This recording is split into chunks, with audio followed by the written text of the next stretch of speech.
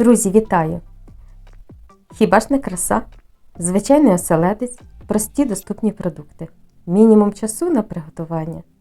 Такі бутерброди без перебільшення впевнена, що з'їдять найпершими. Пучок зеленої молодої цибулі нарізала дрібненько. 2 відварених курячі яйця нарізаю теж дрібним кубиком. Трохи чорного свіжемеленого перцю та 2-3 столових ложки майонезу. Такий салат готувала, напевно, кожна господиня, особливо в сезон зелені. Це смачно та просто. Філе оселедця нарізаю на ось такі красиві шматочки. Чорний хліб.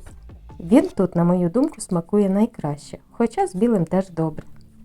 І на кожен шматочок хліба викладаю по ложці цибулевого салату. Зверху трохи гірчиці з зернами та родзинку у вигляді апетитного шматку оселедця.